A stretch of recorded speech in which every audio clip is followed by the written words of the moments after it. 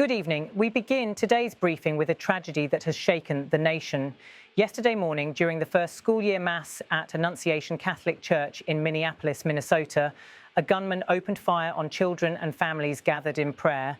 The attack left an 8-year-old and a 10-year-old dead. 14 more children, along with 3 adults, were wounded in what officials are now calling an act of domestic terrorism and a hate crime targeting Catholics.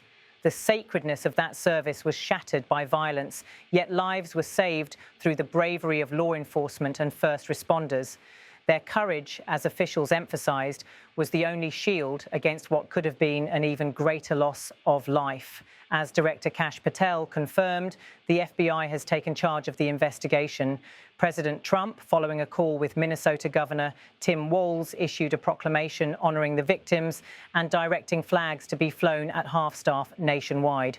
Both the President and First Lady have asked all Americans to join in prayer for the grieving families as they face unimaginable sorrow. While the mood in Washington was somber, the White House also provided a glimpse of the administration's upcoming schedule.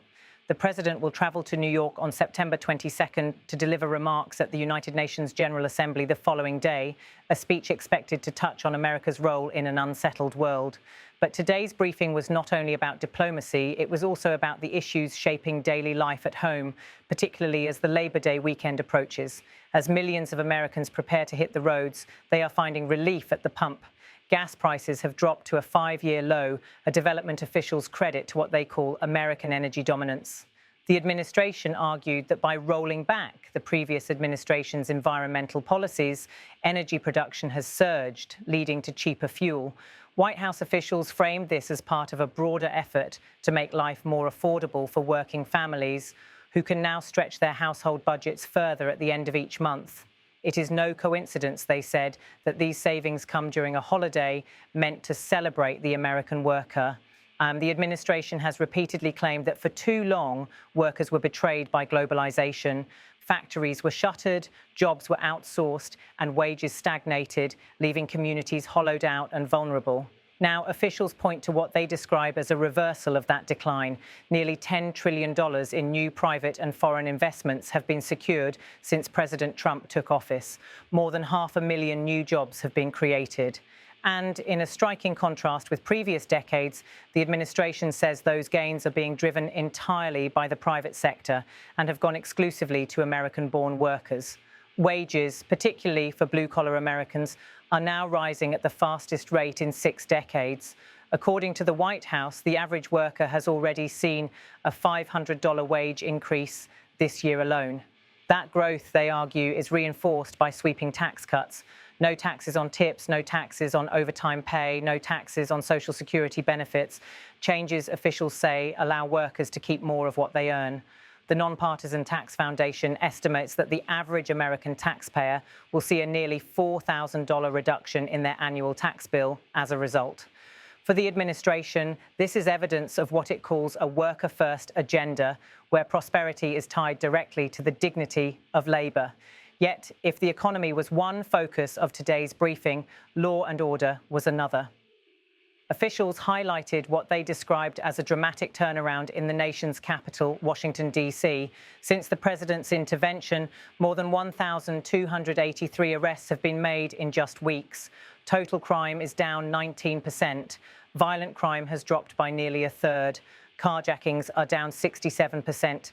Homicides have fallen by 57%. Robberies are down 40%. Motor vehicle thefts have declined by 32%. And assaults with dangerous weapons have dropped 23%. Even property crime is down 18%. According to the administration, these statistics prove that the president's tough-on-crime policies are working.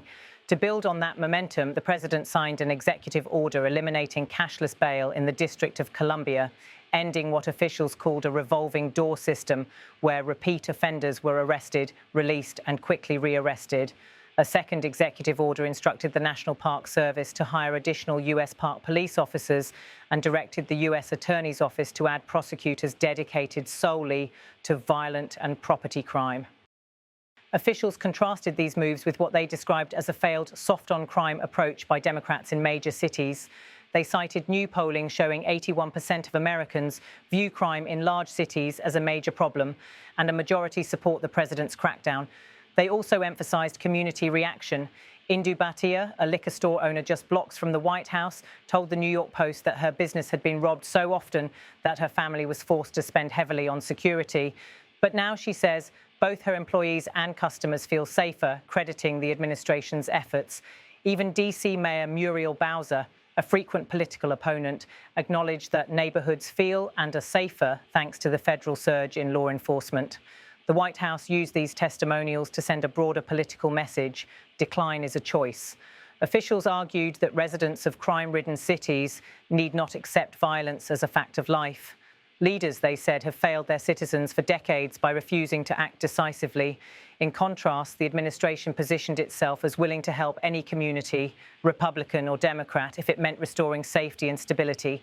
The message was unmistakable.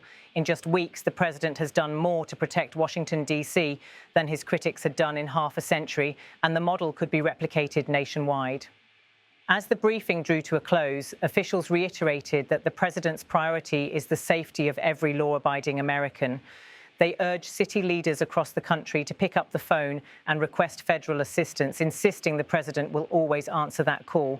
With that, the press secretary opened the floor to questions. The first went to social media influencer and commentator Brandon Tatum, invited into the briefing room as part of what the administration described as outreach to new media voices.